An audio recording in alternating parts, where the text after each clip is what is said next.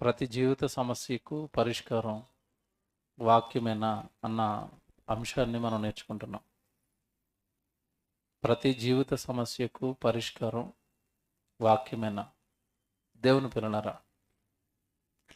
జీవితం అనేది సమస్యల సుడిగుండంలో కొట్టుమిట్టాడుతుంది ఈరోజు ప్రతి ఒక్కరిది. కారణం ఏంటి అని మనం ఆలోచిస్తే ఈ సమస్యలకు పలు రకాల కారణాలు ఉంటాయి. అవి కొన్ని స్వయంకృత అపరాధాలు ఉంటాయి. అంటే ఎవరికి వారు తెలిసి తప్పని తెలిసి కూడా తప్పులను చేయటం వలన జీవితం అనేది ప్రమాదంలో పడుతుంది. మరికొన్ని సందర్భాలలో చూస్తే చేయని తప్పులకు జీవితం సమస్యలో పడుతుంది. మొత్తం మీద ఈరోజు మనిషి జీవితం సమస్యల సుడిగుండం. ఆదరణ, తోడు, పరిష్కారము కనబడని సమస్యలు ఎన్నో ఈరోజు ప్రజల జీవితాలను పట్టి పీడిస్తున్నాయి. దేవుని పిల్లలారా, సహజంగా మీకు ఒకటి జ్ఞాపకం చేస్తాను. దేవుడి మాటల యొక్క ప్రాముఖ్యత, వాక్యం యొక్క ప్రాముఖ్యత, దేవుడి మాటల యొక్క బలం, శక్తి మీకు అర్థం అవ్వాలి అంటే దేవుడు ప్రతి సమస్య బైబిల్లో రాయించాడు, దానికి పరిష్కారాలు రాయించాడు. అవి మనకు అర్థం అవ్వాలి అంటే ముందుగా మనకు ఒక చిన్న ఉదాహరణ మనకు అర్థం అవ్వాలి. మీ గర్భాన పుట్టిన మీ ఇంట్లో ఉన్న మీ పిల్లలు ఉంటారు. వాళ్ళకి కొన్ని సమస్యలు ఉంటాయి, వాళ్ళకు కొన్ని ఇబ్బందులు ఉంటాయి, వాళ్ళకు కొన్ని ఇరుకులు ఉంటాయి. ఆ సమస్యలు, ఆ ఇరుకులు, ఆ ఇబ్బందులు వాళ్ళు మీతో చెబుతూ ఉంటారు. పిల్లలు మీతో చెబుతూ ఉంటారు. నిజంగా మీరు హార్ట్ఫుల్గా నేను చెప్పేది వినండి. మీ పిల్లలు చెప్పే సమస్యల్లో చాలా వాటికి మీరు నవ్వుతారు. నవ్వుతారా? నవ్వరా? ఆడికి కొండంత పెద్ద సమస్యగా కనబడబోతున్న దానికి మీకు నవ్వు వచ్చింది. మీరు నవ్వుతుంటే మీలో చాలామంది పిల్లలు మీ మీద సీరియస్ అవుతారు. నా ఇబ్బంది ఉందని, నా సమస్య చెప్తుంటే నీకు నవ్వులాట కింద ఉందా అంటారు వాళ్ళు. అంటారా? అనరా? అంటే వాళ్ళ సమస్య, వాళ్ళకు వచ్చిన కష్టం నీ దగ్గర పెట్టేసరికి అది నీకు చాలా చిన్నదైపోయింది. ఎందుకు చిన్నదైంది ఎప్పుడైనా ఆలోచించావా? ఎందుకు చిన్నగా కనిపిస్తుంది? అలాంటివెన్నో నువ్వు చూసొచ్చావు, అలాంటివెన్నో నువ్వు పడొచ్చావు. అలాంటి దానికి నీ దగ్గర పరిష్కారం ఉంది, అంతేనా? నీ దగ్గర పరిష్కారం ఉంది గనక వాళ్ళ సమస్య నీకు సమస్యగా కనపడుతుందా? కనపడదు. ఇప్పుడు మీకు ఒకటి చెప్తాను. 4 రోజుల నుంచి స్కూల్కి వెళ్ళేదాడు, 5వ రోజు రెడీ అవుతున్నాడు. మొహం ఎలా ఉంటుంది చెప్పండి? మీరు అనుభవించారు ఒకప్పుడు ఇది. స్కూల్కి డొమ్మా కొట్టిన తర్వాత రోజు స్కూల్కి వెళ్ళాలంటే గుండె ఎలా ఉంటుంది? ప్రపంచంలో ఎవరికీ లేని చావు, క్యాన్సర్ వచ్చేసినోడు ఎలా బాధపడిపోతూ ఉంటాడో, ఈ స్కూల్కి డొమ్మా కొట్టినోడు తర్వాత రోజు స్కూల్కి వెళ్ళడానికి అలాగే బాధపడుతూ ఉంటాడు. ఏదో పెద్ద ప్రళయం, మాస్టర్ నన్ను ఏదో అనేస్తాడు, కొట్టేస్తాడు, తిట్టేస్తాడు. తినరంటే తినడు, పాలు తాగరంటే పాలు తాగడు, ఏమిందండో మొహం ఎలా పెట్టుకుంటాడు. ఏంట్రా చెప్పరా అంటే చెప్పడు. మీరు బ్రతిమాలగా కొద్దిసేపుడికి చెప్తాడు. ఏమని? నేను స్కూల్ మానేశాను కదా, మాస్టర్ ఏమంటాడో అనగానే మీరు పళ్ళు నవ్వుతారండి. నవ్వుతారా? నవ్వరా? ఒరే, దీనికా ఇంతసేపు నుంచి పాలు మానేస్తున్నావు? దీనికా నువ్వు ఇంతసేపు నుంచి అన్నం తింటాం మానేసావు? ఏదో పెద్ద సీరియస్గా మొహం ఇంత లావును పెట్టేసుకుని, ఏమందరా నేను వచ్చి చెప్తాను పదా అనగానే ఆడి మొహం ఎలా ఉంటుంది? అంటే ఆడి సమస్య మీ ఒక్క మాటతో తీరిపోయిందా? ఎందుకురా భయపడతాను? నేను వస్తాను కదా కూడా, పదా నేను చెప్తాను, నేనేమో అనిపించానని చెప్తాను, మీ మాస్టర్ ఏమంటాడు? అప్పుడు వాడికి ఉంటుందండి ఆనందం. అమ్మయ్య, ఏమంటే ఆడి నెత్తిమించి ఒక పెద్ద కొండను తీసి పక్కన పెడితే ఎలా ఉంటుందో, రిలాక్స్, అమ్మయ్య నా సమస్య తీరిపోయింది. మీరు నవ్వుకుంటారు. ఇప్పుడు మీరు సమస్యలు ఏదో పెద్ద పెద్ద సమస్యలు అనుకుని మీరు దేవుడికి ప్రార్థన చేస్తున్నారు కదా. దేవుడు కూడా ఏం చేస్తాడు తెలుసా? నవ్వుకుంటాడు. ఇదేట్రా బాబు, ఇది దీని కూడా సమస్య అనుకుంటున్నాడా వీడు? ఇంత చిన్నదాన్ని కూడా పెద్దగా ఫీల్ అయిపోతున్నాడా? ఇంత చిన్నదాన్ని కూడా గాబరా పడిపోతున్నాడా? ఇంత చిన్నదాన్ని కూడా ఏమండి మొత్తం మీద ఏ స్థిమితం లేకుండా అటు ఇటు అయిపోతున్నాడా? అయ్యో అయ్యో, చిన్నది కదా ఇది, చిన్నది కదా ఇది. కొంతమంది అండి మీరు చూడండి, స్కూల్కి వెళ్ళే పిల్లలు, ఇద్దరు మీ ఇంట్లో పిల్లడు ఉంటే ఒకడు భయపడతా ఉంటాడు, ఒకడు ధైర్యంగా ఉంటాడు.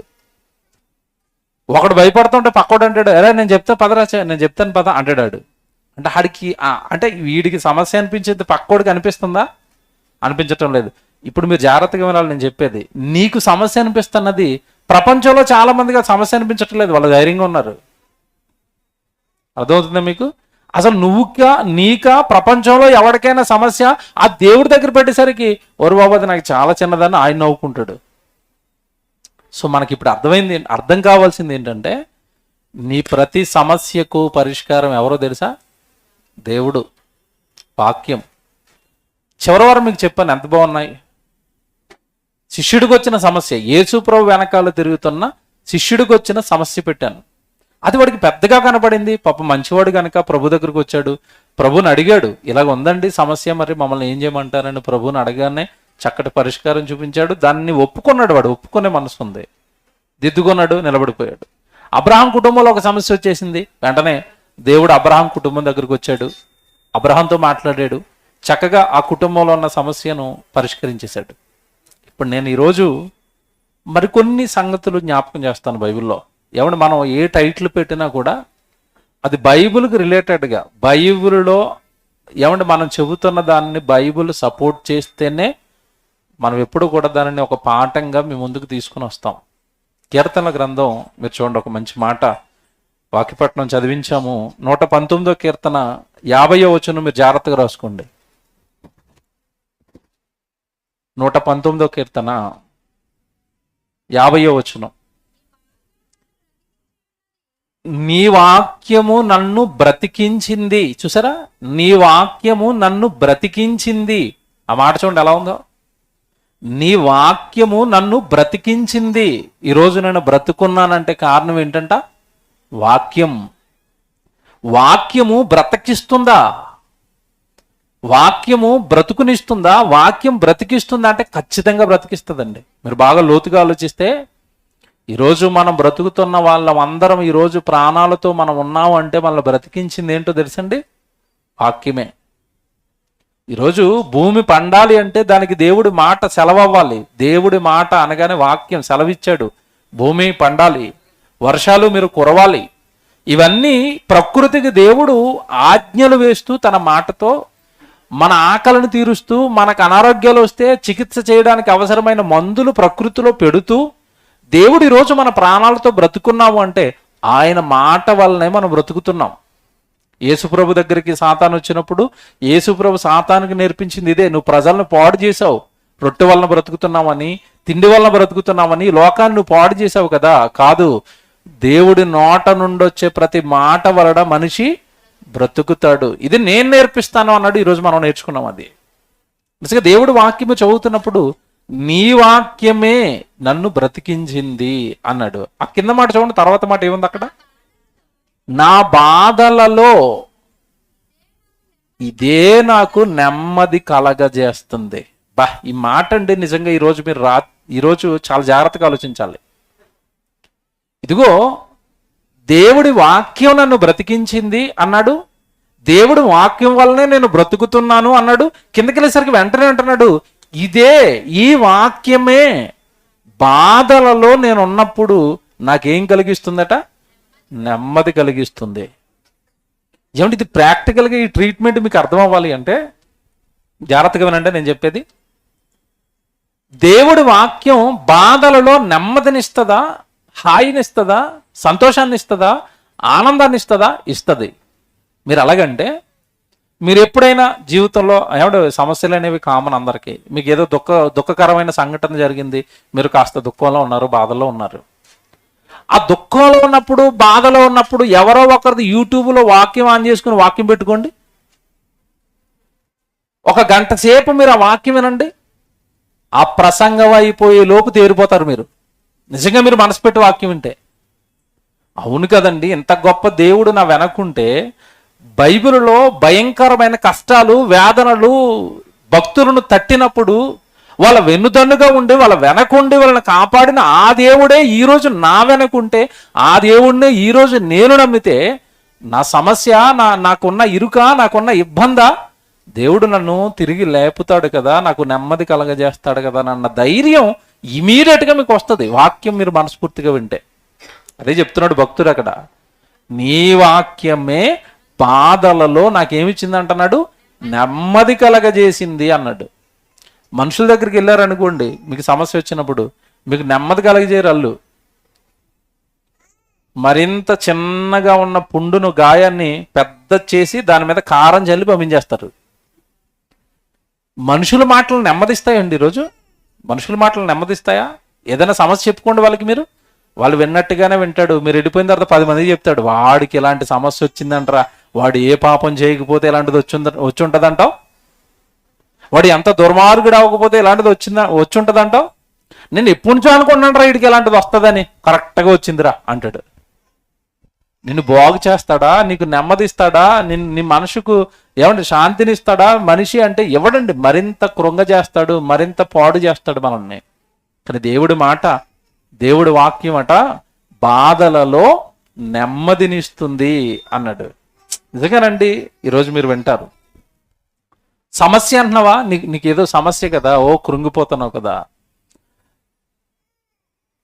చాలా సమస్యలు ఉన్నాయి. నేను చివరి వారు జ్ఞాపకం చేశాను, అవన్నీ మళ్ళీ జ్ఞాపకం చేయట్లేదు. నేను ఒకసారి జస్ట్ మీకు అవన్నీ గుర్తొస్తేనే ఇప్పుడు అన్నది అర్థమవుతుంది కనుక జ్ఞాపకం చేస్తాను. ఆర్థిక సమస్యలు అన్నారు, ఆరోగ్య సమస్యలు అన్నారు, ఏమంటే కుటుంబ సమస్యలు అన్నారు, ఇంకా ఏమంటే ఉద్యోగ సంబంధమైన సమస్యలు ఉన్నాయి, ఏమంటే ఇంట్లో ఆర్థికపరమైన సమస్యలు ఉన్నాయి, కొంతమంది సంతానం లేమి ఆ సమస్యతో ఉంటారు. ఏమంటే మీకున్న ఏదైనా బైబిల్లో పెట్టండి. సంతానం లేకుండా ఏమంటే బైబిల్లో నాకు సంతానం కావాలి అని దేవుడిని గోజాడి గొడ్రాళ్ళు తల్లులైన సందర్భాలు బైబిల్లో ఉంటాయి. లేవా ఉన్నాయా? ఉన్నాయి. అంటే గొడ్రాళ్ళను సైతం ఏమంటే సంతానం కలగజేయగలిగిన శక్తి దేవుడికి ఉంది. కానీ అక్కడ ఎవరైతే ఆ సంతానం పొందుకున్నారో ఆ స్త్రీ జీవితం ఉన్నట్టుగా నీ జీవితం ఉందా ఆలోచించుకోవాలి కదా. అక్కడ ఎవరైతే సంతానం పొందుకున్నారో ఆ తండ్రికి ఉన్న భక్తి నీకుందా? నువ్వు అలాగే ఉన్నావా? నీ జీవితం అలాగే ఉందా? ఇప్పుడు లోపం ఎవరిలో ఉందంటే దేవుళ్ళో లేదు. ఎందుకంటే దేవుడు ఎలాంటి శక్తిమంతుడు అంటే 90 ఏళ్ల శారాముకు గర్భాన్ని తెరిచాడు. అబీమెలెకు ఇంట్లో ప్రతి ఒక్కరి గర్భాన్ని మూసాడు. యాకోబు గారికి 2 భార్యలు ఉన్నారు, లేయా, రాహేలు. ఇటు లేయాకి పిల్లల్ని ఇస్తున్నాడు, రాహేలు గర్భాన్ని మూసాడు. ఇప్పుడు మీకు ఏమర్థమైంది చెప్పండి? ఏ గర్భం తెరవాలి అన్నా, ఏ గర్భాన్ని మూసేయాలి అన్నా శక్తిమంతుడు దేవుడు. మనం పొందుకోలేకపోతున్నాం అంటే లోపం ఎవరిలో ఉంది? మనలో ఉంది. లేదా దేవుడికి కొన్ని ప్రణాళికలు ఉంటాయి. ఏమండి, నేను ఇలాగా బైబిల్లో ఉన్న అన్ని కోణాలు ఆలోచిస్తాను. కొంతమందిని దేవుడు అండి వెయిట్ చేయించి పిల్లల్ని ఇచ్చాడు. అందులో జకరియా ఎలిజబెత్ల కుటుంబం ఉంటుంది. వాళ్ళు చక్కగా దేవుడి పనిలో ఉన్నారంట. వాళ్ళు దేవుడికి అయిష్టలేం కాదు, వాళ్ళు నీతిమంతులు. 4 రోజుల క్రితం ఎక్కడో మాట్లాడాను నేను. వాళ్ళు దేవుడి దృష్టికి నీతిమంతులు. మరి నీతిమంతులైన వాళ్ళను కూడా దేవుడు ఏమంటే పిల్లలు లేకుండా ఎందుకు ఉంచాడు అంటే వాళ్ళ కుటుంబం పట్ల దేవుడికి ఒక ప్రణాళిక ఉంది. వాళ్ళ కుటుంబంలో దేవుడు ఒక వ్యక్తిని దింపాలనుకుంటున్నాడు. ఎవరు అంటే బాప్తిస్మం ఇచ్చి యోహాను. ఆయన కాలం వచ్చేంత వరకు ఆయన ఈ లోకంలోనికి నడిపించడానికి వీళ్ళ గర్భాలను మూసి కరెక్ట్గా నీతిమంతులు చక్కగా దేవుడు కొరకు బ్రతుకుతున్న వాళ్ళ గర్భంలో పట్టుకెళ్ళి బాప్తిస్మం ఇచ్చి యోహాను పెట్టాడు. అంటే ఇలా మీకు ఎందుకు చెప్తున్నానంటే ఒకటి జస్ట్ ఎగ్జాంపుల్ చెప్పాను. అంటే ఇలా ప్రతి సమస్య గురించి నీకు జాగ్రత్తగా బైబిల్లోకి వెతకగలిగితే, ఆలోచించగలిగితే ప్రతి దానికి దేవుడు వాక్యం అనేది మనకి సమాధానం చెబుతుంది. కానీ మనం చేస్తున్న తప్పేంటి, పొరపాటు ఏంటంటే ఏదైనా లోపం జరిగినప్పుడు మన జీవితంలో, మళ్ళీ చెప్తున్నాను జాగ్రత్తగా మీరు ఇది వినాలి, నోట్ చేసుకోండి, రాసుకోండి, మళ్ళా మీ జీవితకాలం నేను చెప్పేది గుర్తుపెట్టుకోండి. మన జీవితంలో ఏదైనా తప్పు జరుగుతున్నప్పుడు, సమస్యలో పడుతున్నప్పుడు మీరు పర్టిక్యులర్గా ఆలోచించాలి. నేనేమైనా తప్పు చేస్తున్నానా? నేనేమైనా కోరుండి ఈ తప్పులో పడుతున్నానా? నేనేమైనా నా స్వయంకృత అపరాధం వల్ల నేను ఈ సమస్యలు ఇరుక్కుంటున్నానా, లేదా నేను అన్నీ బాగానే ఉన్నా, నేను శ్రేష్టంగానే ఉన్నా, నాకు ఈ సమస్య వస్తుందా? రెండు విధాలుగా ఉంటాయి. మన కోరుండి చేసుకునే తప్పులు సమస్యలు వస్తాయి, లేదా మనం భక్తి జీవితంలో ఉన్నప్పుడు కోరుండి సాతాను మనల్ని కోరుకుని శోధనలు పెట్టే సందర్భాలు కూడా ఉంటాయి. ఏ సమస్య నాలో ఉంది, ముందు నువ్వు దాన్ని పసిగట్టగలిగిన మనసు నీకు ఉండాలి, పసిగట్టగలిగే ఆ బైబిల్ జ్ఞానం నీకు ఉండాలి. నా జీవితంలో వస్తున్న ఈ సమస్య నా స్వయంకృత అపరాధమా, నేను చేసుకున్న తప్ప, నేను తీసుకున్న నిర్ణయాలా, నా జీవితం పట్ల సరైన దాన్ని అవగాహన లేకో సరైన దాన్ని నడిపించుకునే ఆ నైపుణ్యత నేను సంపాదించుకొని ఆ జీవితాన్ని తప్పులో పెట్టుకున్నానా? ఎప్పుడు కూడా బాగా ఆలోచించాలి. ఇంకోటి చెప్తానండి మీకు, జస్ట్ ఎగ్జాంపుల్గా, చాలా మంది కుటుంబాల్లో ఎక్కువగా కనపడేది ఏమంటారంటే ఆర్థిక సమస్యలు అంటారు. దీనికి నేను రెండు కారణాలు చెప్తాను. మళ్ళీ ఆర్థిక సమస్యలు అనేవి సహజంగా వచ్చేటప్పుడు అండి, ఉన్నదానితో సరిపెట్టుకోలేని వారి కుటుంబంలో ఆర్థిక సమస్యలు వస్తాయి. దేవుడు బైబిల్లో చెప్పింది ఇదే, కలిగి ఉన్న వాటితో మీరు తృప్తి పొంది ఉండండి అన్నాడు. ఆ తృప్తి లేనప్పుడు ఆ కుటుంబంలో ఏ సమస్య వస్తుంది తెలుసా? ఆర్థిక సమస్య వస్తుంది. రెండవది, కష్టపడి పనిచేసే తత్వం లేనప్పుడు ఆర్థిక సమస్య వస్తుంది. ఈ రెండు కారణాలు ఆర్థిక సమస్యలకు మన కళ్ళ ముందు దేవుడు చెప్పిన సూత్రాలు ఇవి. బైబిల్లో ఒక మాట చూపిస్తాను మీకు. సామెతల గ్రంథంలో దేవుడు ఏమంటున్నాడు చూడండి ఒకసారి. 12వ అధ్యాయము సామెతల గ్రంథం 24వ వచనం చూడండి బైబిల్లో.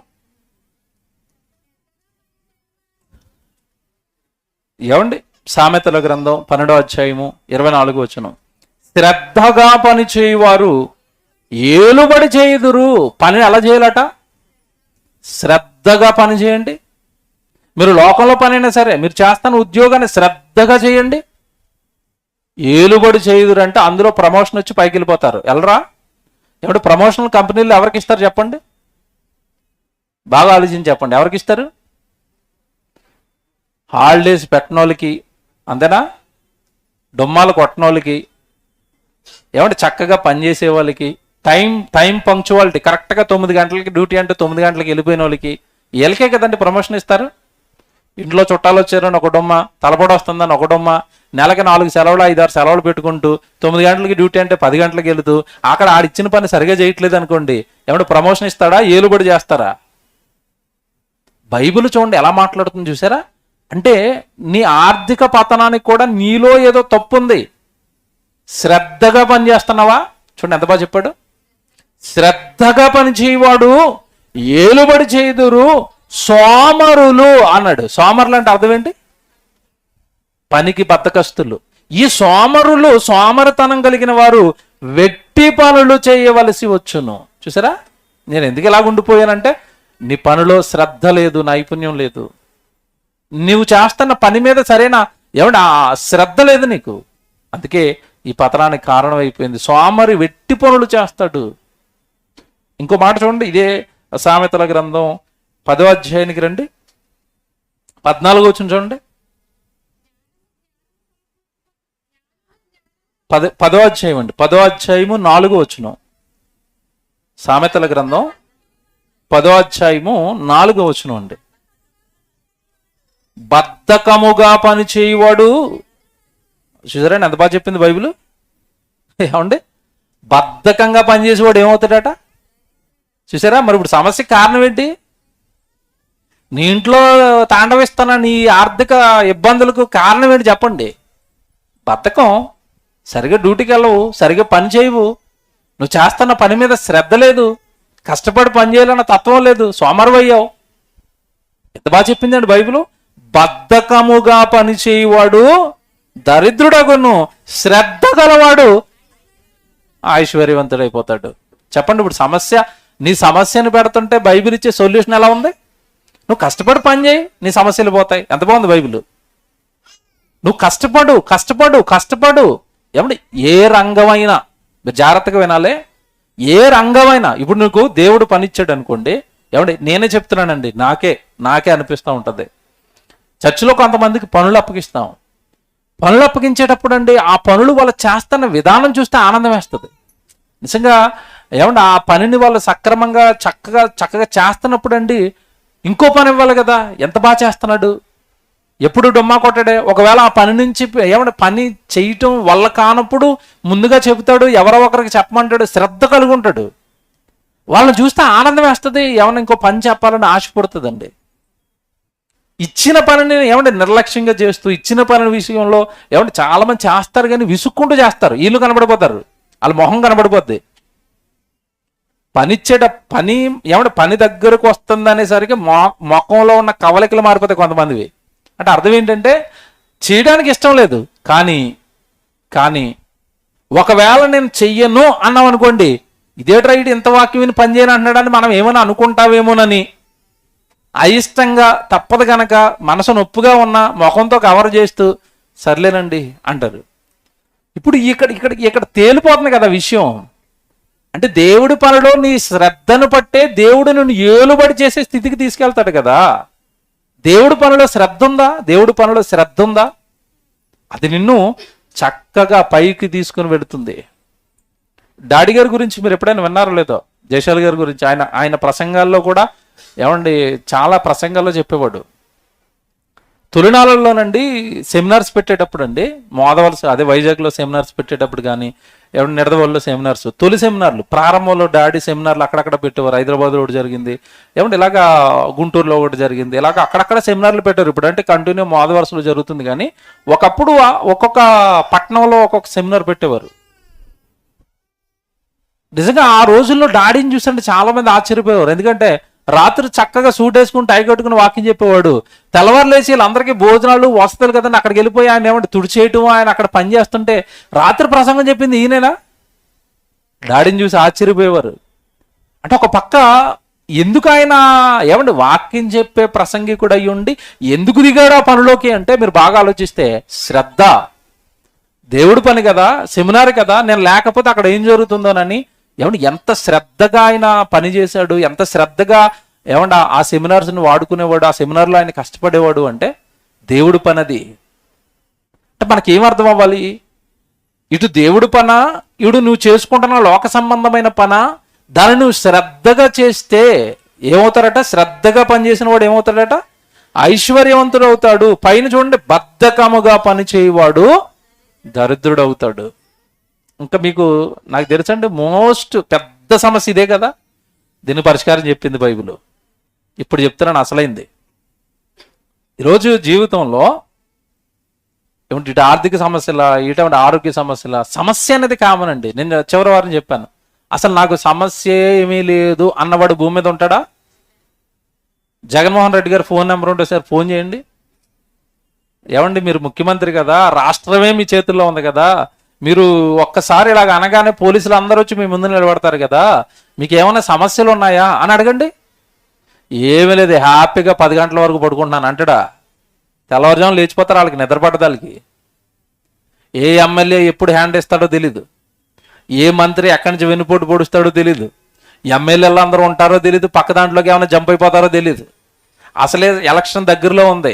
ఇప్పుడు ఏమైనా గవర్నమెంట్ తరపున ఎమ్మెల్యే ఏదైనా ఒక్క తప్పు చేశాడంటే అది మీడియాలోకి వెళ్ళిందంటే మొత్తం ఏమండి ప్రభుత్వానికే చెడ్డ పేరు వచ్చి ప్రభుత్వం కూలిపోయే పరిస్థితులు ఉంటుంది. ఏం చేయాలి? ప్రజలు ఓట్లు వేయాలంటే ఏం చేయాలి? నిద్ర పట్టదండి. ఇప్పుడు తెలిసే వాళ్ళకి మళ్ళా గెలిచేంత వరకు ఇటు చంద్రబాబు నాయుడు గారికి నిద్ర ఉండదు, జగన్మోహన్ రెడ్డి గారికి నిద్ర ఉండదు, ఇక్కడ కేసీఆర్ గారికి కూడా నిద్ర ఉండదు. ఎవరండి హ్యాపీగా ఉన్నారంటే లేరండి. ఎవరికైనా ఏదో ఒక సమస్య ఉండి తీరుతుంది. కానీ నేను ఇప్పుడు దేవుడి పిల్లల గురించి మాట్లాడుతున్నాను, మన గురించి మాట్లాడుతున్నాను. నిజంగా మనం ప్రభు దగ్గరికి వచ్చామండి. జాగ్రత్తగా వినాలి. ఇక్కడి నుంచి ప్రభు దగ్గరికి వచ్చిన తర్వాత వాక్యం అర్థమైంది నీకు. పరలోకంలో ఉన్న దేవుని కుమారుడు అని, దేవుని కుమార్తెవు అని, జగత్తు పునాది వేయబడక మునుపు నీ రాక కోసం ఎదురు చూశాడన్న సంగతి నీకు అర్థమైంది. నీ జీవిత జన్మ పరమార్థం నీకు అర్థమైపోయిన తర్వాత మనం ఎప్పుడు కూడానండి, ఎప్పుడైతే దేవుడు నన్ను కన్నాడు, దేవుడు నన్ను పుట్టించాడు అని మనకు అర్థమైందో వెంటనే మనం ఎక్కువగానండి దేవుడి కోసం బ్రతకడానికి ప్రయత్నిస్తాం. జాగ్రత్తగా ఉన్నాడు. ఇక్కడి నుంచి నేను దేవుడి దగ్గరికి వెళతాను, దేవుడి సన్నిధిలో ఉంటాను, దేవుడి కార్యక్రమాలకు ఇస్తాను, దేవుడి కార్యక్రమాలకు చేస్తాను అన్నప్పుడు దేవుడి కొరకు బ్రతుకుతున్న వారి వెంట, దేవుడి పనిలో ఉంటున్న వారి వెంట దయ్యం ఉంటుంది, శ్రమల పాలు చేస్తుంది, కష్టాల పాలు చేస్తుంది, నిందల పాలు కూడా చేస్తుంది. అలాంటప్పుడు నీకు ఏదైనా సమస్యగా అనిపిస్తుందా? దేవుడి కోసం నువ్వు బ్రతుకుతున్నప్పుడు నీ జీవితంలో ఏదైనా సమస్యగా అనిపిస్తుందా? దేవుడు ఒక మంచి మాట రాశారండి బైబిల్లో. పిలిపిలికి రాసిన పత్రిక, మీరు బైబిల్ తీసుకోండి. పిలిపిలికి రాసిన పత్రిక ఏమంటే 4వ అధ్యాయము 6వ వచనం మీరు జాగ్రత్త రాసుకోండి. పిలిపిలికి రాసిన పత్రిక 4వ అధ్యాయము 6వ వచనం. దేనిని గూర్చియు చింతపడకుడి కానీ ప్రతి విషయం అన్నాడు. చూసారా? ఏమంటే పదం అండర్లైన్ చేయండి. మీరు మీ ప్రతి విషయాన్ని, మీకు సమస్యగా ఉన్న ప్రతి విషయాన్ని, మీరు ఏ విషయంలోనూ మీరు చింతింపకుడు కానీ మీరు ప్రతి విషయాన్ని ప్రార్థన విజ్ఞాపముల చేత కృతజ్ఞతాపూర్వకముగా మీ విన్నపములు దేవునికి తెలియచేయండి. ఎంత బాగుంది చూడండి. డోంట్ వరీ అన్నట్టుగా లేదండి. ఈ వచనం అంటే నిజంగా నాకు భలే ధైర్యాన్ని ఇచ్చిందంటే. ఏమంటున్నాడు అక్కడ? మళ్ళీ చదువుతారా? దేనిని గూర్చియు చింతింపకుడి అన్నాడు. దేనిని గూర్చి అన్నాడా? కొన్నిటి గురించి చింతించండి, కొన్నిటి గురించి మర్చిపోండి అన్నాడా? అప్పుడు నిజంగా నేను చెప్తున్నానండి, ఈ వచనాన్ని నమ్మితే మనం అందరం ఎలా ఉండాలి చెప్పండి? రిలాక్స్. ఎందుకు చెప్పండి? ఏ విషయంలో కూడా మీరు చింతించొద్దు. మీకు ఇది అర్థమవుతుంది. మనం ఇంట్లో ఉంటామండి. ఇంట్లో ఉన్నప్పుడు వాటర్ తెచ్చుకోవాలి. ఏమంటే ఇంట్లో ఉన్నప్పుడు షాప్కి వెళ్ళి పాలు ప్యాకెట్ తెచ్చుకోవాలి. ఏమంటే కూరగాయలు అయిపోతే కూరగాయలు తెచ్చుకోవాలి. బియ్యం అయిపోతే బియ్యం తెచ్చుకోవాలి. అన్ని మన పనులు మనం చేసుకుంటాం కదండి ఇంట్లో ఉన్నప్పుడు. మీరు ఏదైనా 5 స్టార్ హోటల్కి వెళ్ళారు అనుకోండి, ఆడు బోర్డు ఎడతాడు. అక్కడ ఏం బోర్డు ఎడతాడు తెలుసా? అంటే ఇండైరెక్ట్గా వాడు ఇదే మాట చెప్తున్నాడు మనకి. మీరు ఏ విషయంలో చింతపడకండి. ఫోన్ ఎట్టాను కదా అక్కడ, మీరు ఫోన్ కొట్టండి, అన్నీ మీ దగ్గరికి వచ్చేస్తాయి. వస్తాయా? అంటే వాడు ఇండైరెక్ట్గా మనకి ఏం చెప్తున్నాడు అంటే, మీకేం కావాలో చూసుకోవటం మా బాధ్యత. మీకు వాటర్ కావాలా? జస్ట్ 9 నొక్కండి, వాటర్ వచ్చేస్తుంది. టీ కావాలా? 9 నొక్కండి, టీ వచ్చేస్తుంది. స్నాక్స్ కావాలా? 9 నొక్కండి, స్నాక్స్ వచ్చేస్తుంది. షాంపూ కావాలా? సబ్బు కావాలా? ఆడ అసలు రూమ్లోంచి అడుగు బయట పెట్టనివ్వడండి, మనల్ని పెట్టనిస్తాడా? అంటే అర్థం ఏంటంటే వాడు మీకు ఇండైరెక్ట్గా ఏం చెప్తున్నాడు అంటే, మీ చింత యావత్తు నా మీదేసేయండి. అదే కదా? ఇది అర్థమవుతుంది మనకి. అదే ఇంట్లో ఉన్నారనుకోండి, ఏం చేయాలి? ఫోన్ కొడితే సబ్బోతుందా మీ ఇంట్లోకి? షాప్కి వెళ్ళి తెచ్చుకోవాలా? కానీ అక్కడ మీరు గెస్ట్ కదా, వాడికి మీరు మా గెస్ట్ కదా.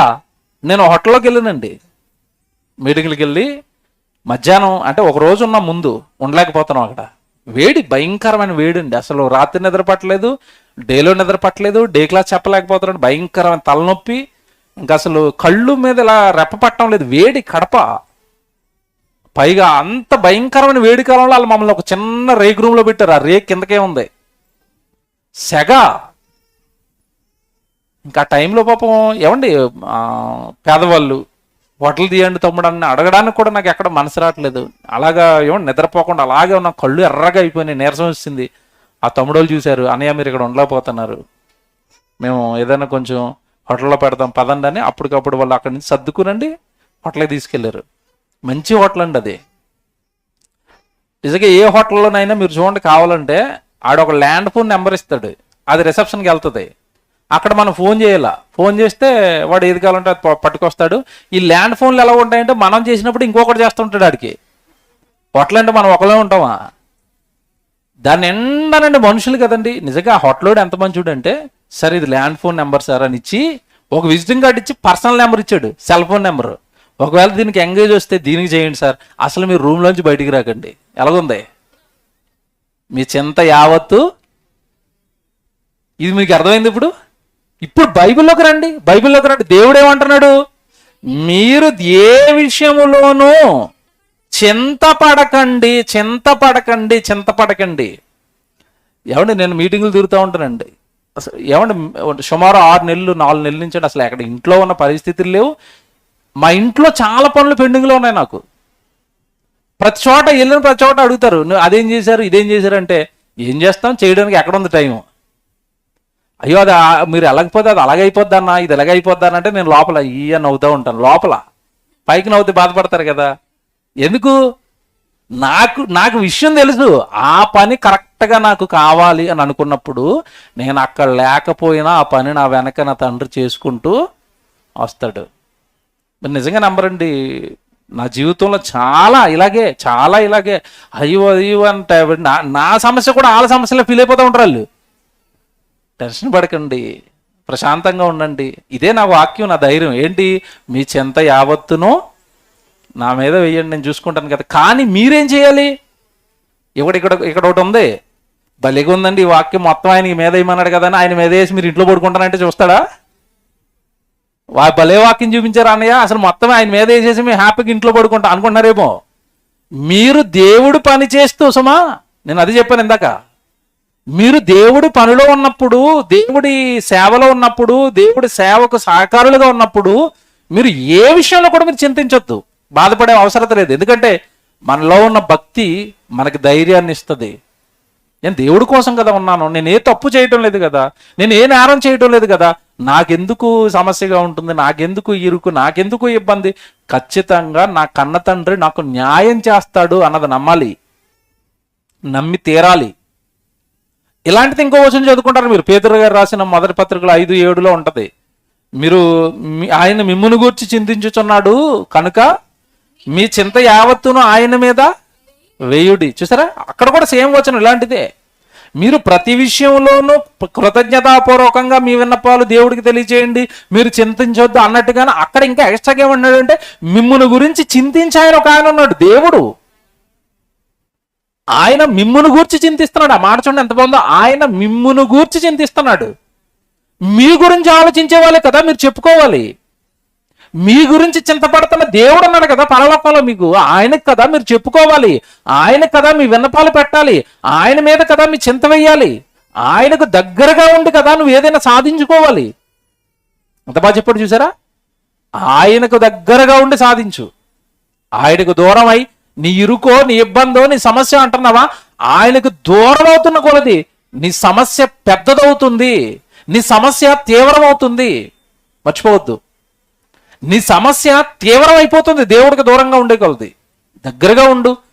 ఏమండి నిజంగా మీరు పిల్లల విషయంలో చూడండి, చెప్పిన ప్రతి మాట వింటున్న పిల్లలకి ఏదైనా ఇరుకు కానీ ఇబ్బంది కానీ మనం రానిస్తామా? మీరు రానిస్తారండి? రానివ్వరు. అలాంటప్పుడు పరలోకంలో ఉన్న దేవుడు ఎందుకు మనల్ని ఏమండి ఇరుకులలో ఇబ్బందులు విడిచిపెడతాడు చెప్పండి? బైబిల్లో నీకు చివరి వారం ఇద్దరు జ్ఞాపకం చేశాను, ఈ వారం మరొకరు జ్ఞాపకం చేస్తానండి. సమస్య, శ్రమ అని మనం ఎప్పుడైతే అనుకుంటామో, బైబిల్లో భయంకరమైన శ్రమలు అనుభవించిన ఒక ఆయన ఉంటాడు. మీ అందరికీ తెలుసు, శ్రమ అనగానే ఆయన గుర్తొస్తాడు. ఎవరు? యోబు గారు. నిజంగా యోబు సమస్యలు మీ కుటుంబ సమస్యల ముందు పెట్టండి, కనబడుద్దా మీది? ఆయనదేమో కొండ, మనదేమో గులకరాయి, అంతే కదా? ఆయన సమస్య ఏమో కొండంతా, మన సమస్య గులకర ఇంత ఇంత ఇంత కూడా కనపడదు ఆయన సమస్య ముందు. నేను చెప్తాను ఇప్పుడు, జాగ్రత్తగా వినండి. గర్భాన పుట్టిన 10 మంది పిల్లలునండి కళ్ళ ముందు చచ్చిపోయారండి కదా. ఎవరికి? యోబు గారికి. మీకు మాట అడుగుతాను, చాలామంది పిల్లల విషయంలో ఏం మాట్లాడతారంటే, ఆడికి ఏదైనా హాస్పిటల్లో పడి బెడ్ మీద ఉన్నాడు అనుకోండి, చాలామంది మాట్లాడే మాటలు ఏంటంటే, ఆడికి వస్తే నేను తట్టుకోలేండి, నాకు వచ్చినా పర్వాలేదని అంటారు. అంతేనా? అందరూ మాట్లాడే మాట ఏంటి? నాకు వచ్చినా నాకు పెద్ద బాధ అనిపించదండి, కానీ వాడికి వస్తే మాత్రం నేను తట్టుకోలేనండి. ఎందుకునండి? వాడికి వస్తే తట్టుకోలేనండి, మా పిల్లకి వస్తే తట్టుకోలేనండి, నాకు వచ్చినా నాకు పెద్దగా ఏమనిపించదండి అంటారు. నిజంగా నీ మనసే యోబు గారికి ఉండదా? ఉంటది. కానీ కళ్ళ ముందు పిల్లలు ఏమైపోయారు చెప్పండి? చచ్చిపోయారు. యోబు గారిది కష్టమా కదా? ఎలాంటి కష్టం చెప్పండి? మీకు ఇంకా చెప్పనా లోతుగా? మీకు సన్నిహితంగా ఉన్న వాళ్ళు ఎవరైనా చచ్చిపోతేనే మీకు 4 రోజులు తేరుకోలేరు, అవునా? మిమ్మల్ని కని పెంచిన తల్లో, లేదంటే మీ తండ్రి గారో, లేదంటే మీ చిన్నమ్మో, మీ బామయ్య గారు, వరుసలు ఉంటాయి కదండి, మా అక్కో, ఏమంటే మీ తమ్ముడో, ఇంకా ఏ వరుసలు ఉన్నాయి కదా ఏమంటే లోకంలో బంధాలు. ఆ బంధాలలో నీకు బంధువుగా పిలువబడుతున్న ఎవరు చచ్చిపోయినా నీకు తేరుకోవడానికి కాలం పడుతుంది. అలాగని ఒక 10 మంది చచ్చిపోలేదు.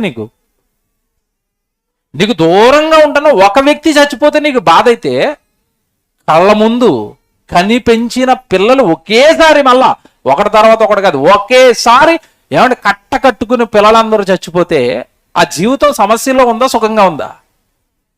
తేరుకుంటామండి. మనమైతే తేరుకుంటామా?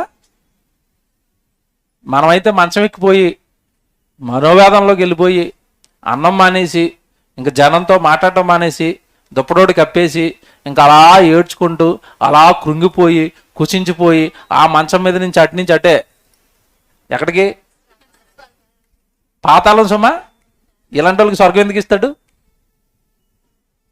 కానీ యోబు గారు అలా లేడు చూసారా? ఒక దెబ్బ మీద దెబ్బ, దెబ్బ మీద దెబ్బ, దెబ్బ మీద దెబ్బ పడుతుంది.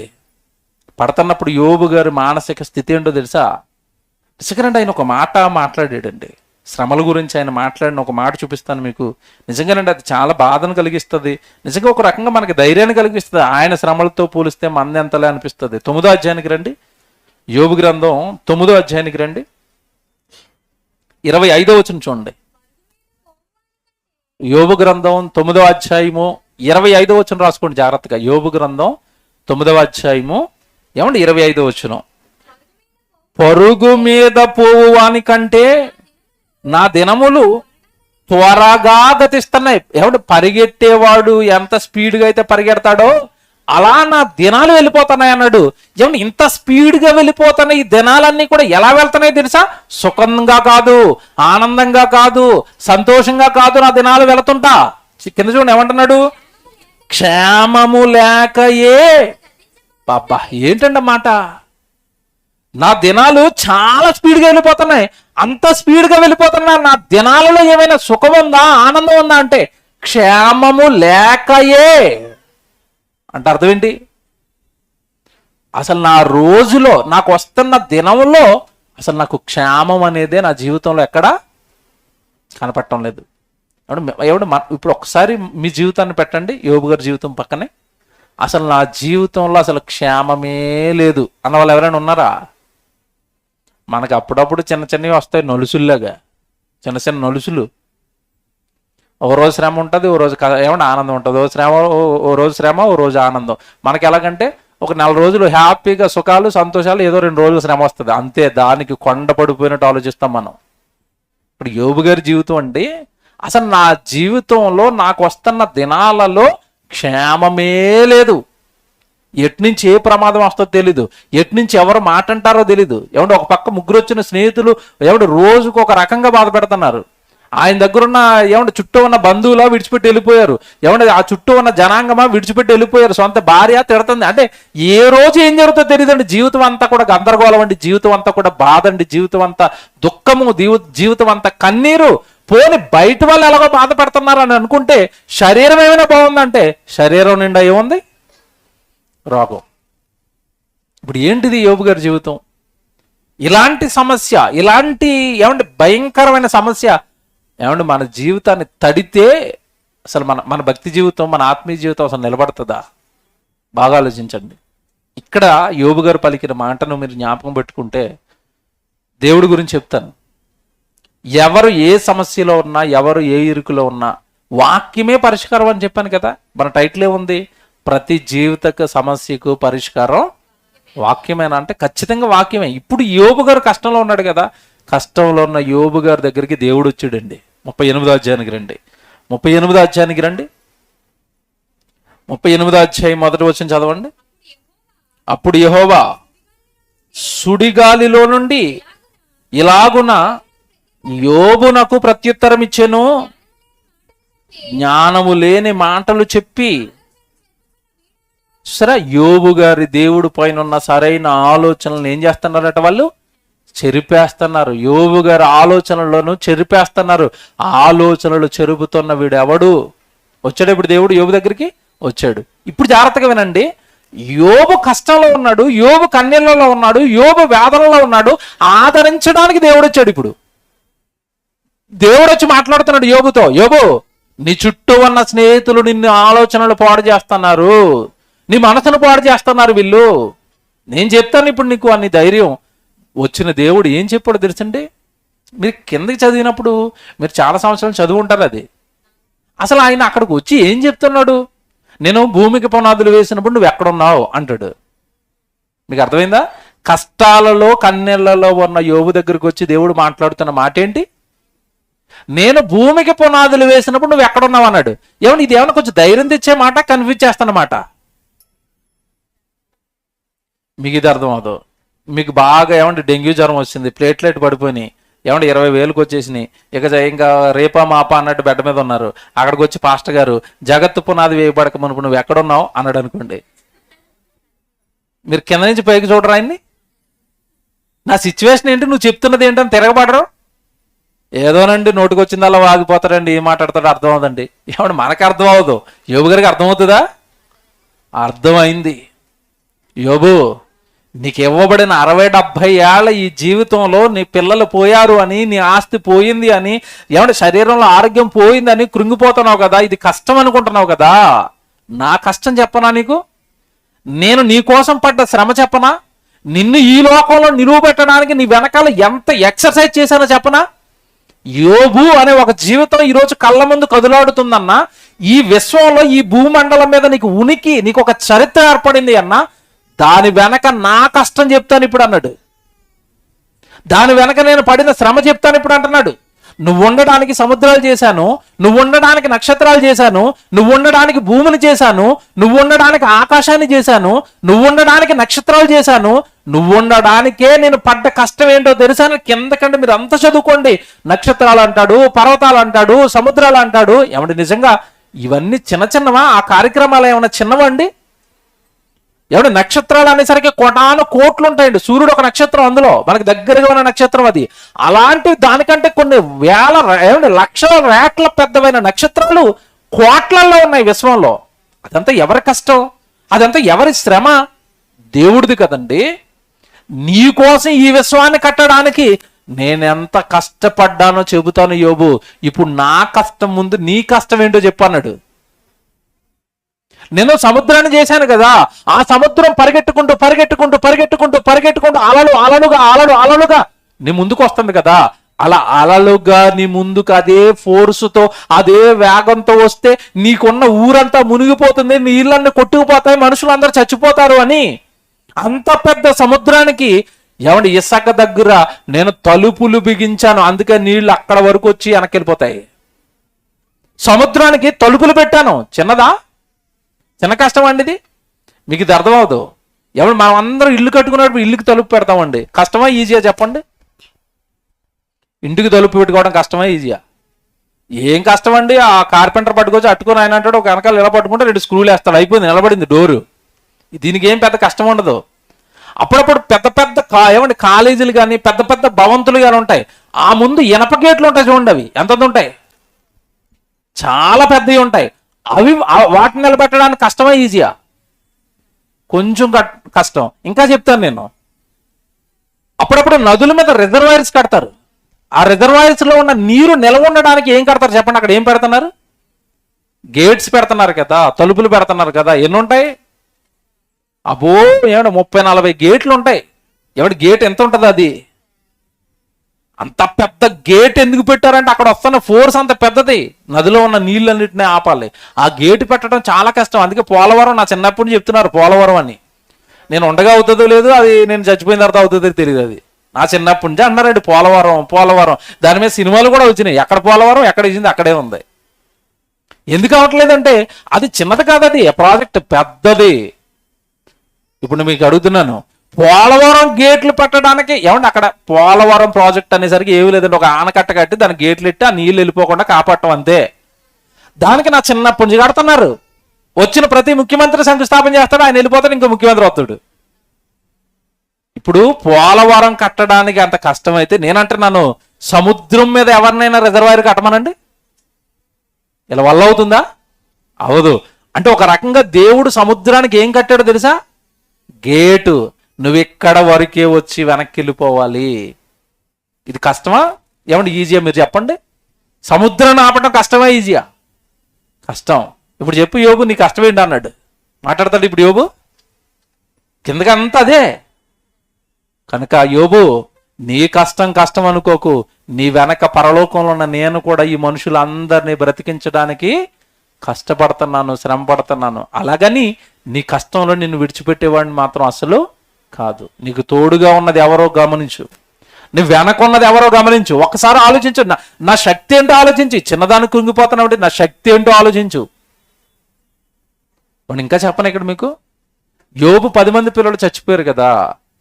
ఏమంటే యోబు యొక్క 10 మంది పిల్లలు చచ్చిపోయినప్పుడు ఆ 10 మంది పిల్లలను ఏమంటే భూమి మీదకి రప్పించడానికి బాగా ఎక్కువగా కష్టపడింది యోబా, దేవుడా? మీరు చెప్పాలి. ఎవరు? దేవుడే కదండి. ఆ పిల్లల్ని ఇచ్చింది దేవుడే, ఆ పిల్లలు తీసివేయడానికి పర్మిషన్ ఇచ్చింది కూడా దేవుడే. అంటే మనకి ఏమర్థమవుతుందంటే, నేను తలుచుకుంటే ఇంకొక 20 మందినా 30 మందినా 40 మందినా పిల్లల్ని ఇస్తాను ఆయన. నీ వెనకున్నది ఎవరనుకుంటున్నావు? కోటాను కోట్ల నక్షత్రాలను కలగజేసిన పరమందున్న తండ్రి, సృష్టికర్త, క్రియేటర్ నీ వెనకాల ఉన్నాడు. మర్చిపోకు. ఎందుకు కృంగిపోతున్నావు? ఎందుకు నువ్వు ఇలాగా డేలా అయిపోతున్నావు? ఎందుకు వాడు వీడు వచ్చి ఏవో చెడు మాటలు చెప్తుంటే నువ్వెందుకు నీ జీవితాన్ని అలాగా ఏమండి మరి కృంగబాటులోనికి తీసుకెళ్ళిపోతున్నావు? నో, నిలబడిన ఆయన. నీ వెనకున్నది నేను మర్చిపోకని ఆయన శక్తిని చెప్పుకుంటా వచ్చాడు. ఒక రకంగా ఆయన వెనకున్న దేవుడు ఎంత శక్తిమంతుడో చెప్పుకుంటా వచ్చాడు. ఆయన వెనకున్న దేవుడు ఎంత కష్టపడుతున్నాడో కూడా చెప్పుకుంటూ వచ్చాడు. నిజంగానండి యోబు జీవితం మీరు చివరి మాట ఒకటి చూపిస్తాను. నిలబడిపోయాడు గనక, నిలబడి ధైర్యంగా దేవుడు పక్షాన, దేవుడు చూస్తాడు, దేవుడు వింటాడు, దేవుడు కాపాడుతాడు, దేవుడు లేవనెత్తుతాడని నమ్మాడు గనక యోబు జీవితాన్ని ఎలా మార్చాడు తెలుసండి? చివరికి వచ్చేసరికి 42వ అధ్యాయానికి రండి, 11వ వచనం చూడండి. యోబు గ్రంథం 42వ అధ్యాయము 11వ వచనం చూడండి. యోబు గ్రంథం 42వ అధ్యాయం 11వ వచనం. అప్పుడు అతని సహోదరులందరూ, వీళ్ళు ఏమైపోయారండి మరి కష్టాల్లో ఉన్నప్పుడు? ఎవరట వీళ్ళిద్దరు? ఎవరండి అక్కడ? వాళ్ళు ఎవరో చెప్పండి. వాళ్ళు ఎవరట? వాళ్ళు అతని సహోదరులందరూ, తర్వాత అతని అక్క చెల్లెండ్రందరూ, అంతకు ముందు అతనికి పరిచయులైన వారును వచ్చి, ఎప్పుడు వచ్చారు? కష్టాలలో ఉన్నప్పుడు యోబు దగ్గరికి దేవుడు వచ్చాడు. ఆ కష్టాలన్నీ దేవుడు తీసేసిన తర్వాత మళ్ళీ వచ్చారు వీళ్ళు. మనుషులు ఎంత మంచోళ్ళు! ఇప్పుడు మీకు అర్థమైందా? మనుషులు ఎంత మంచోళ్ళు! నీకు కష్టం ఉంటే పారిపోతారు, నీ దగ్గర అన్నీ ఉంటే నీ దగ్గరకు వస్తారు. ఇది మనిషి.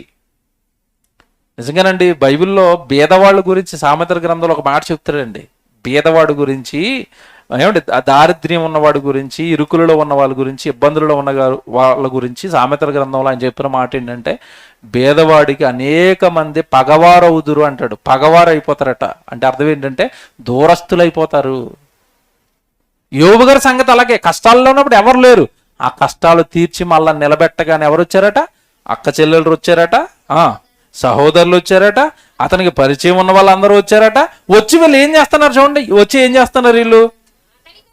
అతనితో కూడా అతని ఇంట అన్నపానములు పుచ్చుకొని యెహోవా అతని మీదకి రప్పించిన సమస్త బాధను గూర్చి ఎంత లేసి దుఃఖము పొందితివని అతని కొరకు దుఃఖించుచు. ఎప్పుడొచ్చారు తెలుసండి లోదార్చడానికి? బాధలు, శ్రమలు, కష్టాలు పోయిన తర్వాత సుఖంగా ఉన్న అతని దగ్గరకు వచ్చి మళ్ళీ ఏడుతున్నారు వీళ్ళు. అతను ఏడుతున్నప్పుడు లేరు సుమా. మీకు అర్థమైందా? బా, ఏం మనుషులండి! నువ్వు ఏడుస్తున్నప్పుడు నువ్వు వెనకాల ఎవడో ఉండడు. కరోనా వచ్చినప్పుడు ఒకసారి జ్ఞాపకం చేసుకో. ఎవరైనా వచ్చారా? నీకు విషయం తెలుసా? ఎవరు రారు, నీ వెనకాల దేవుడు మాత్రం నీ పక్కనే ఉంటాడు. బైబిల్లో వచనం జ్ఞాపకం చేసుకోవాలి ఎప్పుడు. ఏ వచనం? నువ్వు కూర్చుండుటయు, నువ్వు లేచుటయు. మరి కరోనా వచ్చి మంచం మీద కూర్చుంటే దేవుడు చూడ్డా నిన్ను? అంటే నీ పక్కన ఉన్నది ఎవరు? ఇప్పుడు దేవుడు ఉన్నాడు. దేవుడే ఉంటాడు ఎప్పటికీ. మనుషులండి ఏమండి వీళ్ళు ఎప్పుడు వచ్చారట ఓదార్చడానికి? అన్ని కష్టాలు పోయినాయి, ఆరోగ్యం వచ్చింది, హ్యాపీగా యోబు ఇంట్లో కూర్చుని భోజనం చేస్తుంటే ఆ భోజనం చేయడానికి వీళ్ళు వచ్చి అప్పుడు ఏడుతున్నారట. అబ్బా బాబా ఎన్ని కష్టాలు పడ్డావు బాబు అని. ఇప్పుడు ఎందుకు ఏడటం? అప్పుడు ఏడవచ్చు కదా. ఏడిస్తే ఎక్కడైనా ఏదైనా సహాయం అడుగుతాడేమోనని అందరూ ఆ రోజు ఏమైపోయారు? దూరం. అందుకేనండి మీ అందరికీ చెప్పేది ఒకటేనండి, మనం ఆనుకోవలసింది, మనం నమ్ముకోవలసింది ఎప్పుడు కూడా ఎవరినో తెలుసండి? దేవుడినే. ఎవరిని నమ్మకండి. మీకు ఎవ్వరు మిమ్మల్ని ఆదరించరు, ఎవ్వరు మిమ్మల్ని కరుణించరు, ఎవ్వరు మీ మీద ప్రేమ చూపించరండి. ఒకవేళ ఎవరో నీ మీద ప్రేమ చూపిస్తున్నారు అనుకుంటున్నావేమో, అది కపట ప్రేమ. సరైన కష్టం దగ్గరకు వచ్చేసరికి వాళ్ళు పారిపోతారు అక్కడి నుంచి. కనుక యోబు జీవితం మనకు నేర్పుతున్నది ఏంటంటే, నిలబెట్టాడు దేవుడు, మళ్ళా ఎవడు బాగు చేశాడు, దూరం అయిపోయిన వాళ్ళందరినీ మళ్ళా దగ్గరికి తీసుకొచ్చాడు. ఎవడు యోబు చుట్టూ వాళ్ళందరూ చేరారు అంటే ఎవడు వాళ్ళని అక్కడ చేర్చింది ఎవరో చెప్పండి? మళ్ళా దేవుడే. పండ్రా, నా కొడుకు బాగుపడ్డాడు, మళ్ళా బాగున్నాడు, వెళ్ళండి మీ అందరికి తిండి పెడతాడు, వచ్చి భోజనాలు చేస్తున్నారు ఇంట్లో. ఇదేంటండి ఇల్లు ఊరికనే రాలేదు చూడండి. అక్కడ నేను వాక్యాన్ని అలాగే చదువుతానండి. వీళ్ళు ఎందుకు వచ్చేది తెలుసండి అక్కడికి? అతనితో కూడా అతని ఎంట అన్నపానములు పుచ్చుకొని. అంటే అన్నపానములు అంటే ఏంటి చెప్పండి? యోబింటికి వెళ్తే మంచి భోజనం పెడతాడరా, చాలా రోజులు అయింది, మళ్ళీ బాగుపడ్డాడట, మళ్ళా పంట పండుతుందట, మళ్ళా ఆస్తి వచ్చిందట, మళ్ళా పోదా, మళ్ళా బిర్యానీ పెడతాడు. చూసారండి ఎలాంటి వాళ్ళు? చూసారండి ఇల్లు కష్టం వచ్చినప్పుడు ఉండరండి. దేవుని పిల్లలారా, శ్రమ నీ జీవితం సమస్యలో ఉందా? ప్రారంభంలో చదివిన ఒక వచనం జ్ఞాపకం చేసుకునండి. నీ వాక్యమే బాధలలో నాకు నెమ్మది. యోబు దగ్గరికి దేవుడు వచ్చాడు, నెమ్మది కలిగించాడు. ఆ తర్వాత ఆ నెమ్మదిని శాశ్వతం చేశాడు. ఏమంటే చక్కటి జీవితాన్ని యోబుకి ఇచ్చాడు, మళ్ళీ పిల్లల్ని ఇచ్చాడు, ఆస్తినిచ్చాడు, పోగొట్టుకున్న వాళ్ళందరినీ ఇంట్లోకి మరలా రప్పించాడు. నిజంగా దేవుడు కదండి ఇదంతా చేసేది. ఇప్పుడు చెప్తాను అసలైంది, ముగింపు మాట ఇది, చివరి పార్ట్ కనుక ఇది ఒకటి వినండి. ఏ భక్తుడి జీవితం మీరు చూడండి, ఏదో కొద్ది రోజులు శ్రమ ఉంటుంది, కొద్ది రోజులు బాగుంటాడండి. కానీ ఒక ఆయన ఉన్నాడండి, మన ప్రభు అయిన యేసుక్రీస్తుల వారు. ఆయన జీవితం మీరు చూస్తేనండి, అసలు ఈ రోజు బాగుంది, ఈ రోజు శ్రమ అన్న రోజులు ఆయన జీవితంలో ఉండవండి.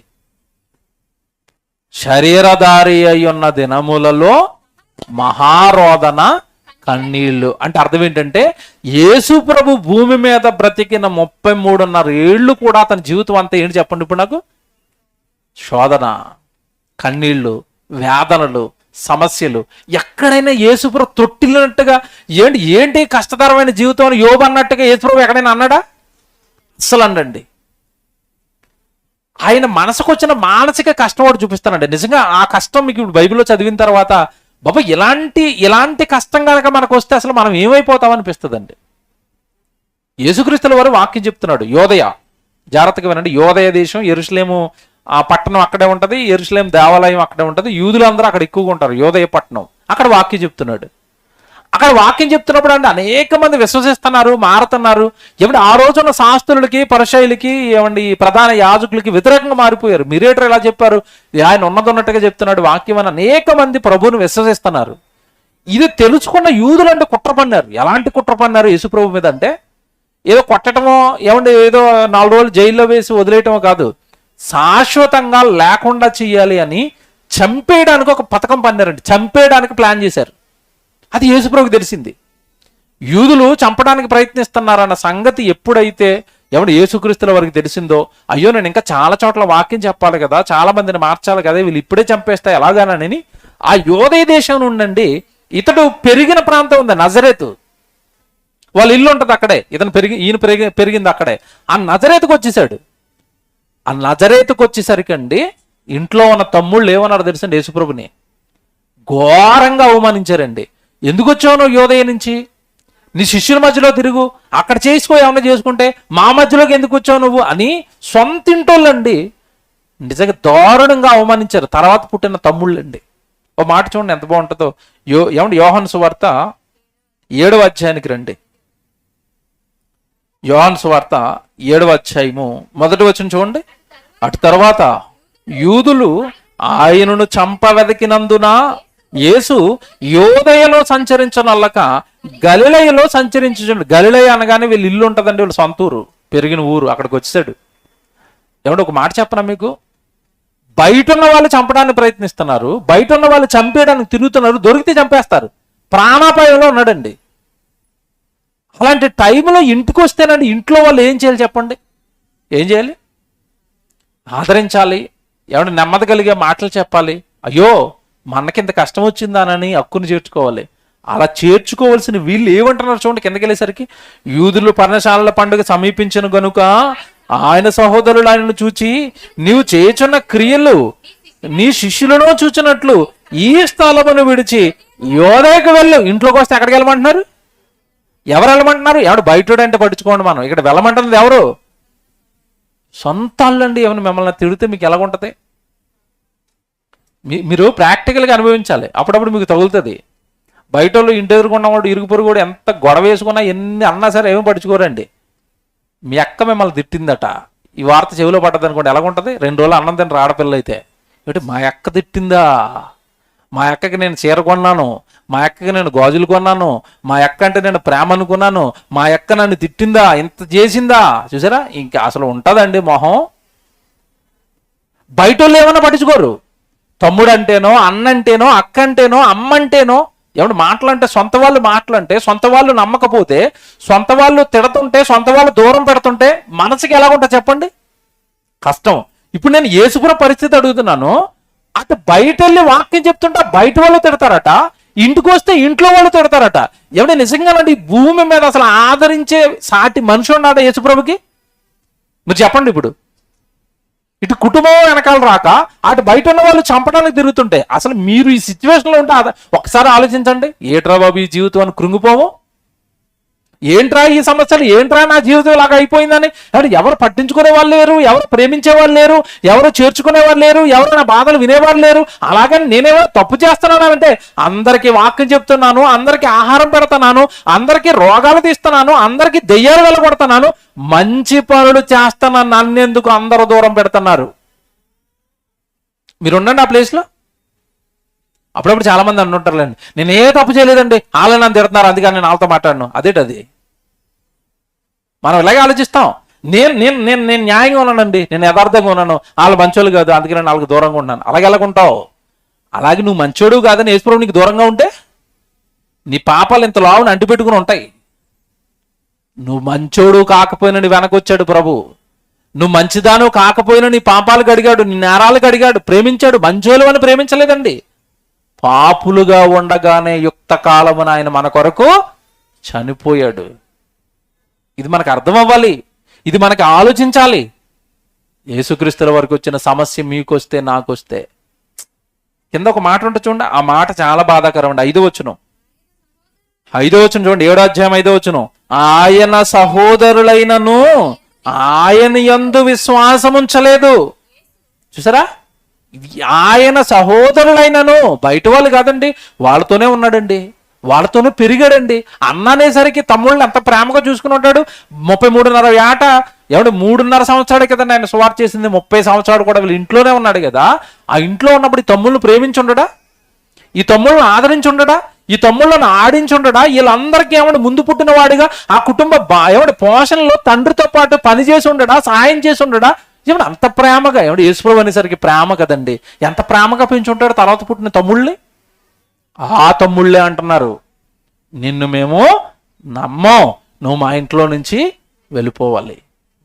లోపల ఉంటున్న వాళ్ళు అంటున్న మాటలు ఇవి. బయట ఉన్న వాళ్ళ ఇంకా చాలా మాట్లాడినారు. దయ్యం పట్టినవాడు, బయల్జెబూలుకి అధిపతి, దయ్యాలను అధిపతి కనుకే దయ్యాలను వెళ్ళగొడుతున్నారు అన్నారు, త్రాగుబోతున్నారు, తిండిపోతున్నారు. ఈ మధ్య కాలంలో అయితే మతోన్మాది లేకుండా యేసుప్రభుకి పెళ్లిళ్ళే చేసేస్తున్నారు. తెలుసు కదా, ఈ మధ్యకాలంలో యేసుప్రభుకి 4 పెళ్లిళ్ళు అయ్యాయట. అంటే ఈడే చేశాడు 4 పెళ్లిళ్ళు ఈ మధ్యకాలంలో. మరొకటి అంటాడు యేసుప్రభు ఇండియాకి వచ్చాడు ఎడ్ల బండి వేసుకుని అంటాడు, కాశ్మీర్కి వచ్చాడట ఎడ్ల బండి వేసుకుని. మన సముద్రంలో ఎడ్ల బండి ఎలా నడిచిందో తెలీదు. ఎవడికి ఇష్టం వచ్చినట్టుగా వాళ్ళు ఆ కాలంలో ఈ కాలంలో యేసుప్రభు మీద మాట్లాడుతూనే ఉన్నారు. పట్టించుకున్నాడా? కృంగిపోయాడా? లొంగిపోయాడా సమస్యలకంటే? లేదు. ఇంకా చెప్పనా మీకు ధైర్యాన్ని ఇచ్చే మాట, ఎక్కడ యూదులైతే చంపాలని వెతుకుతున్నారో అక్కడికే ఈ తమ్ముళ్ళు పండక్కి వెళ్తున్నారండి. నువ్వు కూడా పండక్కి వెళ్ళు, నువ్వు కూడా అక్కడికి వెళ్ళిపోండి. నేను చేసాడు తెలుసా, మీరు వెళ్ళండి వాయి నేను కూడా వస్తాను అని సగం పండగ అయిపోయిన తర్వాత వెళ్ళాడు మళ్ళీ అక్కడికే. ఎక్కడికి? ఆ యోదయకే, ఆ యెరూషలేములోనికి వెళ్ళాడు మళ్ళీ. కింద 14 వచనం చదవండి, కింద 14 వచనం. సగము పండగ అయినప్పుడు యేసు దేవాలయంలోనికి వెళ్ళి, చూసారండి, చంపేస్తాం దొరికితే అన్న చోటకి వెళ్ళి ఏం చేస్తున్నాడు చెప్పాలి ఇప్పుడు నాకు. మనకెవరైనా అలాంటి బోర్డు పెడితే, స్టాలిన్ నగర్ మియాపూర్లో ఎవడైనా కరపత్రాలు పంచాడా చంపేస్తామన్నారు అనుకోండి, అసలు మనం మీటింగ్ పెడతాం అక్కడ? మన గురించి చెప్తున్నాను. యేసుప్రభు ఎలాంటి అంటే చంపేస్తావరా నువ్వు కనపడతానే చోటకి, ఒరే మీరు చంపుకోండి అర్జెంటుగా ప్రసంగం చేయాలి, ప్రసంగం చేసినా అంటున్నాడు. ఎందుకంటే అక్కడ పండగ జరుగుతుంది కదా, ఆ పండగ అనేసరికి ఏమండి ఆ పండగలోనికి ఎలాంటి వాళ్ళు వస్తారో మీకు తెలియదు కాదు కదా. దేశాలు దాటుకుంటూ వస్తారండి యెరూషలేం పండగకి. అమ్మో ఇంతమంది వస్తున్నప్పుడు, ఎక్కడెక్కడో దూర ప్రాంతాల నుంచి వచ్చినప్పుడు వాక్యం చెప్తే ప్రజలు మారతారు కదా. ఆ పనిని నేను పక్కకు పెట్టకూడదు, నా ప్రాణ భయాన్ని సాకుగా చూపి పనిని పక్కకు పెట్టకూడదు. ఈ సందర్భానికి ఎందుకు తీసుకొచ్చాను చివరి మాట చెప్తున్నాను. ఈరోజు మన సమస్యలను చాకుగా చూపి మనం ఏం చేస్తాం చెప్పండి? ఎందుకు బాబు గుడికి రావట్లేదని చెప్తారు, ఎంత పొడిగండి డేటా. నీ సమస్యలు చెప్పి గుడికి మానేస్తావా? నీ సమస్యలు చెప్పి దేవుడు పనికి దూరం అయిపోతావా? అక్కడ యేసు ప్రభుని చంపేస్తామంటున్నారు. అంతకంటే పెద్ద సమస్య అనేది నీ ప్రాణం పోతుందా? ప్రాణం పోతాదని తెలిసి, చంపేస్తారని తెలిసి పండగలోనికి వెళ్ళి వాక్యం చెబుతున్నాడు అంటే ఒకటే మనకు అర్థం అవ్వాలి. ఇప్పుడు నీ సమస్యలన్నీ ఆయన మీద పెట్టు, నువ్వు ఎవరి దగ్గరికి రావాలి? దేవుడి దగ్గరికి వచ్చేయి, దేవుడు పని చేయి, దేవుడిలో ఉండు, దేవుడి సన్నిధిలో ఉండు. నీకు చేతికి అప్పగించిన పనిని ఏదైతే ఉందో దానిని సాకులు చూపించి పక్కకు జరకు, పాడైపోతుంది నీ జీవితం.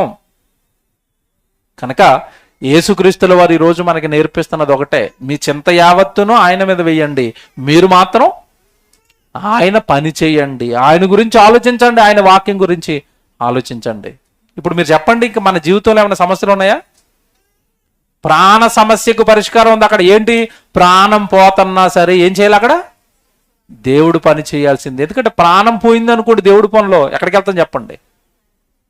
మీకు చాలాసార్లు జ్ఞాపకం చేశాను, మీకు ఏదో సమస్య అంటున్నారు, మీకు ఏదో ఇరుకు అంటున్నారు, మీదకి ఏదో ఇబ్బంది అన్నారు, అక్కడ ఉన్నప్పుడు ఏదో ప్రమాదం జరిగింది. మీ పరిస్థితి ఏంటి చెప్పండి?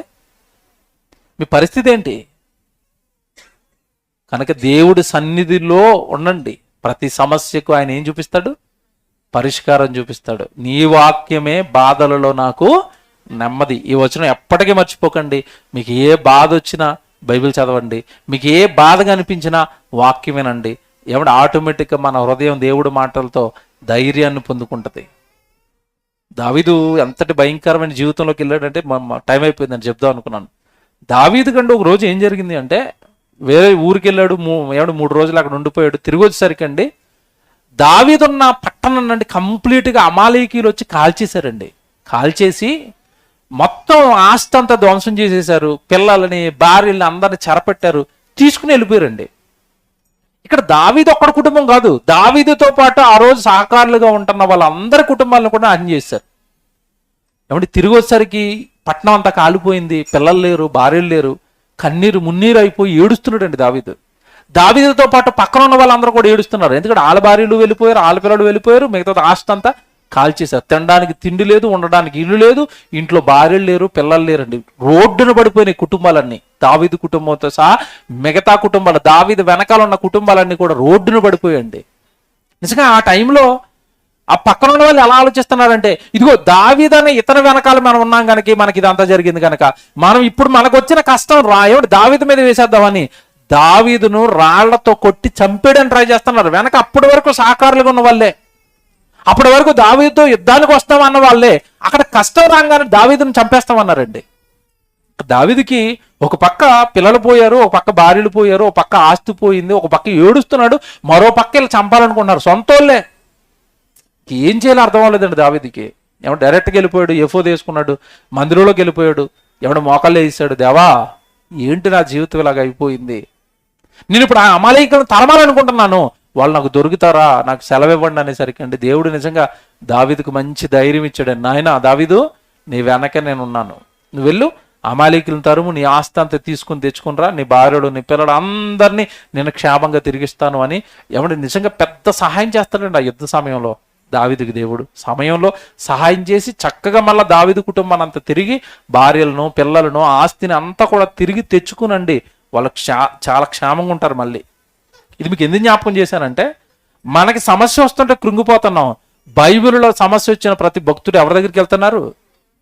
దేవుని దగ్గరికి. యేసుప్రభువు అయితే అసలు సమస్తనే పక్కన పడేసి దేవుడు పనిలోకి వెళ్ళిపోయాడు. ఇప్పుడు మీకు ఏమర్థమైంది చెప్పండి? ఈ రోజు నుంచి మీరు ఇప్పుడు ఎవ్వరూ కూడా నాకేముంది అనకూడదు,